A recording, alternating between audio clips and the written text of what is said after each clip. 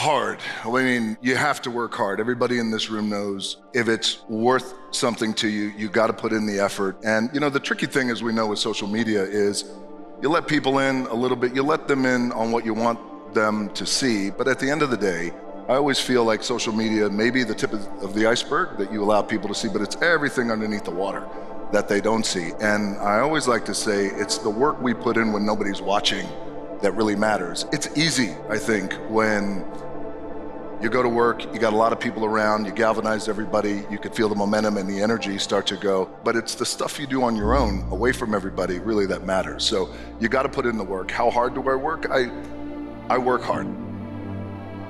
Respect is given when it's earned. No one's gonna give you shit.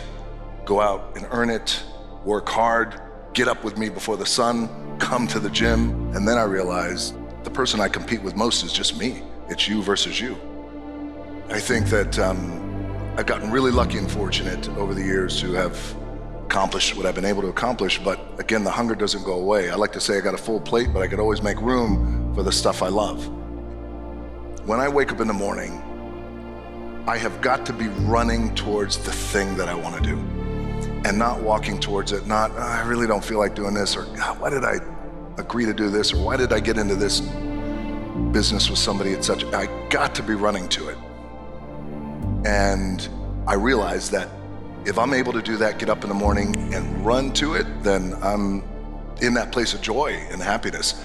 Doesn't mean that the work goes away, the work ethic goes away, you work even harder, but so I got to run towards it. So what I realized is now it has to be the thing that I do, has to be the thing that I love to do. I don't know if there's anything that I could point to and say, I've never done that, therefore I want to do it. But I can tell you that what I do these days, I run to, I love. But then there are certain people that work hard for different reasons. You obviously are a very super hyper competitive type of guy. How much of the working hard is just because that's how you're wired? How much of it is that additional intimidation factor of your competitors that you're going up against? I think it's a combination of a few things for me. I can trace back my work ethic to, we were evicted out of we had a little efficiency apartment in Hawaii, and we were evicted out of there, couldn't pay the rent. The rent was $280 a month. We eventually got kicked out. When we got kicked out, I was 15 years old, I'll never forget it. I was standing there at the door, there was not the padlock, but the notice. And if any of you have had this unfortunate experience, you get evicted, they tell you in a week you gotta go. If you don't, then the Honolulu Police Department will come and they'll escort you out.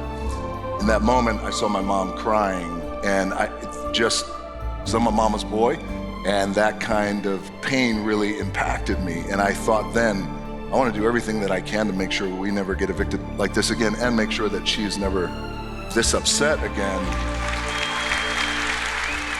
I didn't even know what that meant at 15 years old. It just meant I have to work. I have to work. I have to do something with my own two hands. So I have a philosophy these days that you got to put in the work with our own two hands, because this is the stuff that you can control. We control the controllables, as we say. The other part is a competitive nature that is in my DNA and it's in my blood, just like it runs in all of our constitution and our makeup here in this room, and yours included, where I love the competition, I love to win, and I also love to learn. I don't say lose, I say I love to learn. So I would say it's a combination of that. For me, the work ethic comes from, I never want to be evicted again. The other side to that is a competitive nature, and that competitive nature, that never goes away. And I think, but we all go through our own journey and process. So there's something I think that we all can tap into that becomes our juice and our wiring. For me, you bring up my old man. My dad was a professional wrestler at a time when professional wrestling, I think, wasn't as globally renowned as it is today. My dad was paycheck to paycheck kind of guy and decided to get into professional wrestling. We had the biggest fight about it. And ultimately he said, look, I'm not too sure if you have anything to offer. I mean, it got to that level. And I understand what he meant in his limited capacity to love. He meant, look, I don't want this life for you. I think there's more for you out there. And I said, yeah, but I got to follow my gut and my instinct. So I bring that up to say, along the road of life, we always have these moments that are seminal moments where somebody, sometimes it's a loved one like my old man, sometimes it's a friend, sometimes it's a boss, sometimes it's a stranger who says, you can't do it, you're not good enough, don't even try, pack your stuff and go home. Same thing happened to me in Hollywood. When I got to Hollywood for the first time, what I realized at that time was there was a lot of naysayers and there was a lot of cynicism as I was getting into Hollywood, and I get it because it was a little tricky because I was coming out of the world of professional wrestling. It's just a unique animal at that time. And at that time, I had not had the credibility of any box office big hits or anything like that. But I did have what I felt clarity. I'm me. Because it's never been done doesn't mean it can't be done. And the most important thing I could be is authentic and be myself, and Hollywood then conformed.